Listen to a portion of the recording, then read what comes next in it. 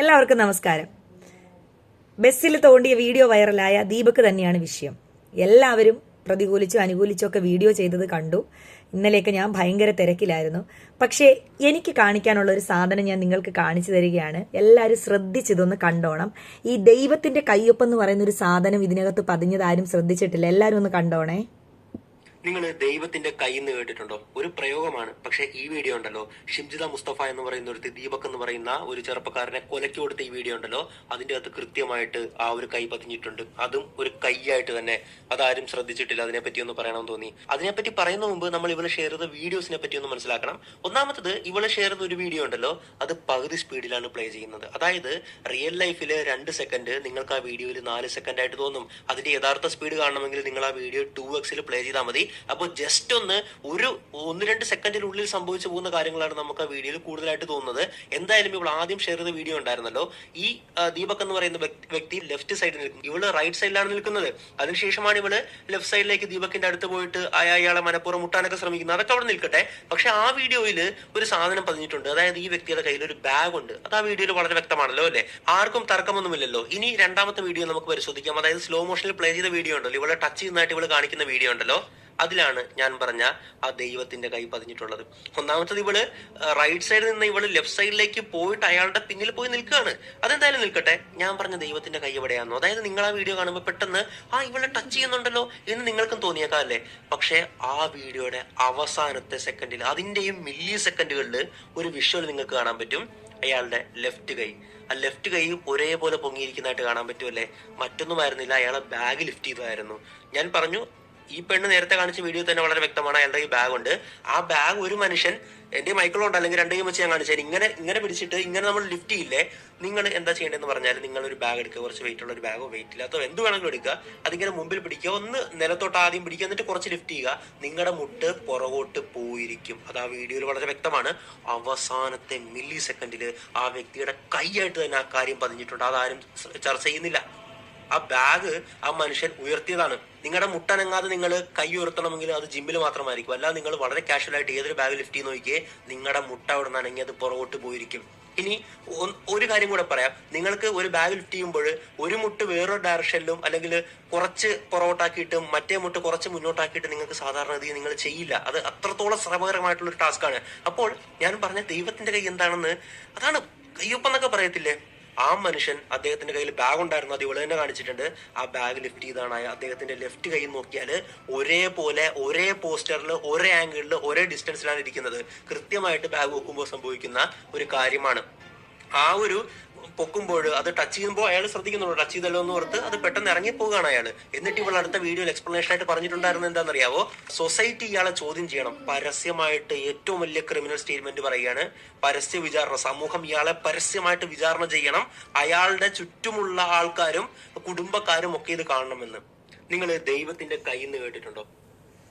അപ്പോ ഈ ഒരു വീഡിയോയും കൂടെ ഞാൻ ഇതിൻ്റെ കൂടെ പറയാൻ ആഗ്രഹിച്ചത് വേറെ 1-2 കാര്യങ്ങളൂടെ പറയാൻ വേണ്ടിയിട്ടാണ്. അപ്പോൾ നമുക്ക് ആദ്യം തന്നെ ആ വീഡിയോ ഇങ്ങനെ പിടിച്ചുകൊണ്ട് നിൽക്കുമ്പോൾ അയാൾ അവിടെ വെറുതെ നിൽക്കുന്നു. ഈ പെണ്ണ് കുറേ നേരം വീഡിയോ വെച്ചുകൊണ്ട് ഇങ്ങനെ നിൽക്കുന്നതാ കാണുന്നത്. അപ്പോൾ അയാളൊന്നും ചെയ്യുന്നില്ല.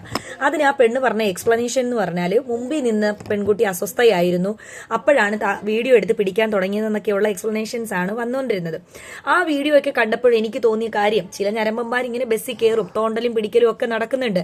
പെൺകുട്ടികൾ പ്രതികരിക്കുക തന്നെ വേണം, ഇല്ലെങ്കിൽ ബസ് പോലീസ് സ്റ്റേഷനിലേക്ക് വിടാൻ പറയണം. അല്ലെങ്കിൽ നിന്റെ വീഡിയോ എടുത്ത് വെച്ചതിന് ശേഷം എന്തിനാ ചേട്ടാ ഈ തട്ടുന്നത്, അല്ലെങ്കിൽ നിങ്ങൾ എന്തിനാ കാണിക്കുന്നത്, അല്ലെങ്കിൽ അങ്ങോട്ടൊന്ന് മാറി നിൽക്കൂ, അല്ലെങ്കിൽ ചേട്ടൻ ഇച്ചിരി ഒന്ന് അങ്ങോട്ട് ഒതുങ്ങി നിൽക്കാൻ പറ്റുമോ എന്നൊക്കെയുള്ള ചോദ്യം ചെയ്യലുകൾ പെൺകുട്ടികൾ തീർച്ചയായിട്ടും ചെയ്യണം. ഇതിനൊക്കെ ഞാൻ യോജിക്കുന്ന ഒരാളാണ്. അങ്ങനെ ചെയ്യുക തന്നെ ചെയ്യണം. പക്ഷേ പിന്നെ ഒരു കാര്യം ഞാൻ പറയുന്നത്, എന്റെ പൊന്ന് ഷിംജിത മുസ്താഖ് എന്ന് പറയുന്ന പ്രിയ സഹോദരി, ബസ്സിൽ കയറി ഒരാൾക്കും ഇങ്ങനെ സ്റ്റഡി ആയിട്ട് നിൽക്കാൻ പറ്റത്തില്ല. ഇങ്ങനെ സ്റ്റഡി ആയിട്ട് ബസ്സിൽ എങ്ങനെ നിൽക്കാൻ പറ്റും? ബസ് അങ്ങോട്ടാവും ഇങ്ങോട്ടാവും.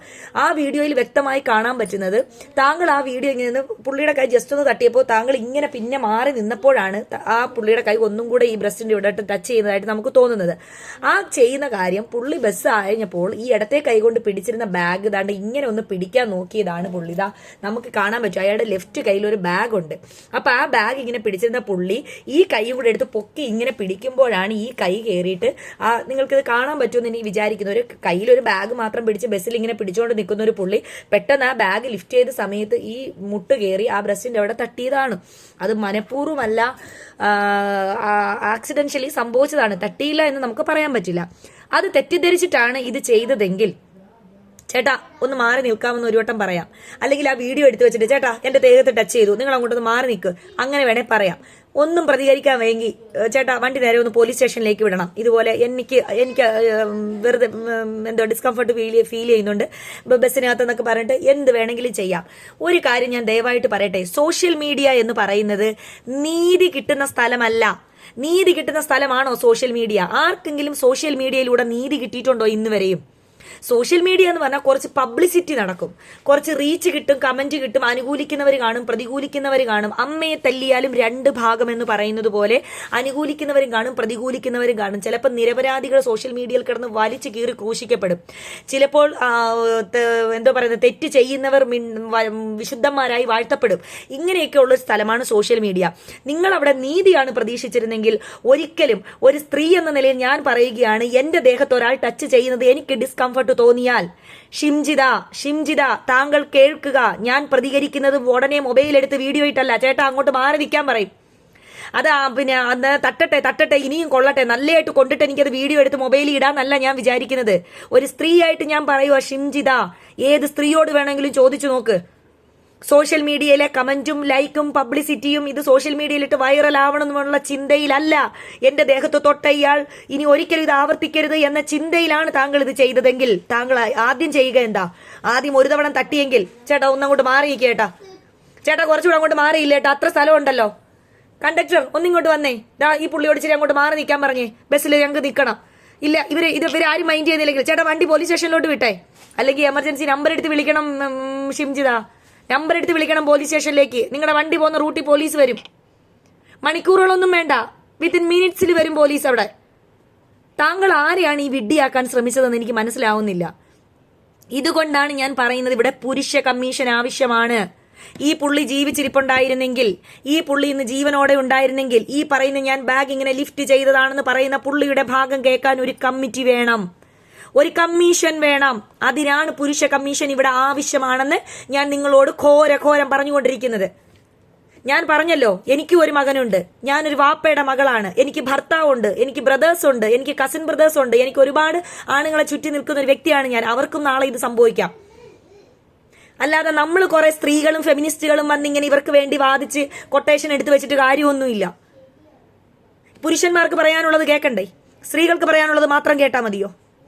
അതിനാണ് ഞാൻ പറഞ്ഞത് ഇവിടെ പുരുഷ കമ്മീഷൻ ആവശ്യമാണ്. അവരുടെ ഭാഗം കേൾക്കാൻ ആ കമ്മിറ്റി വേണം. ഇന്ന് ആ പാവപ്പെട്ടവൻ ജീവിച്ചിരിപ്പില്ല, അതുകൊണ്ട് തന്നെ അദ്ദേഹത്തിന് വേണ്ടി പറയാനും വാദിക്കാനും ആരുമില്ല. സോഷ്യൽ മീഡിയയിൽ എന്താ പറയുക, ഭൂരിപക്ഷം വരുന്ന ആൾക്കാരും അതിനെ അനുകൂലിച്ച് അദ്ദേഹത്തിന് വേണ്ടി സംസാരിച്ചു. പക്ഷെ അത് കേൾക്കാൻ ജീവനോടെ ഇല്ല. ആ വീഡിയോ വൈറലായി, ആ ഞരമ്പനെന്ന് പറഞ്ഞും അങ്ങനെ പല രീതിയിൽ അദ്ദേഹത്തെ ആക്ഷേപിക്കുകയും അപമാനിക്കുകയും ഒക്കെ ചെയ്ത മാനസിക സംഘർഷത്തിലാണ് അദ്ദേഹം ജീവനൊടുക്കിയത്. മരിച്ചതിന് ശേഷമാണ് അനുകൂലിച്ചുള്ള വീഡിയോകളെല്ലാം ഇറങ്ങാൻ തുടങ്ങിയത്. അപ്പോഴേക്കും പരലോകം പൂണ്ടു കഴിഞ്ഞു.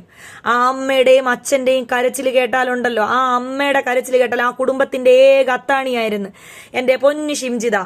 നമ്മളൊരു കാലത്തും ഇനി ഇവിടെ ജീവിച്ച് കഴിഞ്ഞാൽ നമുക്കൊരു ദിവസം പോലും സ്വസ്ഥത കിട്ടത്തില്ല. ഇനി ഒരു കാര്യം ഞാൻ പറയട്ടെ, പുള്ളി അങ്ങനെ തട്ടിയിട്ടുണ്ടോ ചെയ്തിട്ടുണ്ടോ ഒന്നും നമുക്കറിയത്തില്ല, അത് പുള്ളിയുടെ മനസ്സാണ്. പക്ഷേ പുള്ളി അത് ചെയ്തിട്ടില്ല എന്നുണ്ടെങ്കിൽ ആ പറഞ്ഞ കയ്യൊപ്പ് പടച്ചവന്റെ അല്ലെങ്കിൽ മേളിൽ ആരാണോ നമ്മൾ വിശ്വസിക്കുന്ന ആ ഒരാളുടെ കയ്യൊപ്പ് അവിടെ ഉണ്ടെങ്കിൽ അദ്ദേഹം അത് മനഃപൂർവ്വം ചെയ്തതല്ല, ബാഗ് ലിഫ്റ്റ് ചെയ്തപ്പോൾ തട്ടിയതാണ്, അദ്ദേഹത്തിന് അങ്ങനെ ഒരു ചിന്തയില്ലായിരുന്നു എന്നാണ് അതിന്റെ വാസ്തവമെങ്കിൽ ഷിംജിത ഒന്ന് ആലോചിച്ച് നോക്ക്. എന്ത് ചെയ്യും? നമ്മൾ എങ്ങനെ ഇനി മുന്നോട്ട് ജീവിക്കും? ഒരു ജീവനാണ് പോയിട്ടുള്ളത്.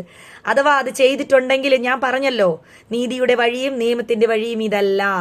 ഒരിക്കലും ഇങ്ങനെയല്ല. ഒരു സ്ത്രീയെ പബ്ലിക്കിൽ അപമാനിച്ചാൽ അല്ലെങ്കിൽ അത് ചോദ്യം ചെയ്യുന്ന വീഡിയോ എടുക്കണം, മാറി നിൽക്കാൻ പറയുന്ന വീഡിയോ എടുക്കണം, താൻ കൈ അങ്ങോട്ട് എടുത്ത് മാറ്റെന്ന് പറയുന്ന വീഡിയോ എടുക്കണം. അല്ലാതെ വെറുതെ ഇങ്ങനെ പിടിച്ചോണ്ടെന്ന് തട്ടുന്നത് കാണട്ടെ, തട്ടുന്നത് വീഡിയോ എടുത്തിട്ട് വൈറലാക്കാം എന്നുള്ള ചിന്തയോടുകൂടി എടുത്തതാണ് ഞാൻ മോശമെന്ന് പറയുന്നത്. അപ്പോൾ വീഡിയോ ഒരുപാട് ലെങ്ത് ആയി പോകുന്നുണ്ട്. അതുകൊണ്ട് തന്നെ ഈ വീഡിയോയിൽ ഇത്രയിൽ നിർത്തുന്നുണ്ട്. എനിക്ക് 1-2 കാര്യങ്ങൾ കൂടി ഇതിന്റെ റിലേറ്റ് ചെയ്ത് പറയാനുണ്ട്. എല്ലാവരും ഈ വീഡിയോ ഒന്ന് ഷെയർ ചെയ്യുകയും കാണുകയും ചെയ്യണം. അതിനുശേഷം, അതായത് ഈ വീഡിയോ എല്ലാവരും മാക്സിമം കണ്ടിട്ടില്ലാന്ന് തോന്നുന്നു. എനിക്ക് ഇൻസ്റ്റാഗ്രാമിൽ നിന്ന് കിട്ടിയ ഒരു വീഡിയോ ആണ് കേട്ടോ ഞാൻ ഇപ്പോൾ കാണിച്ചത്, അതിന്റെ കറക്റ്റ് ആയിട്ടുള്ള വേർഷൻ. അതുകൊണ്ട് കണ്ടിട്ടില്ലാത്തവരെല്ലാം മാക്സിമം ഇതൊന്ന് ഷെയർ ചെയ്യണം. അതുപോലെ തന്നെ എനിക്ക് ഇതിനെപ്പറ്റി 1-2 കാര്യങ്ങളൂടെ എനിക്ക് പറയാനുണ്ട്. വീഡിയോ ഒരുപാട് ലെങ്ത് ആയി പോകുന്നത് കൊണ്ടാണ്. ആ വീഡിയോയും കൂടി നിങ്ങൾ തീർച്ചയായിട്ടും കാണണം കേട്ടോ. താങ്ക്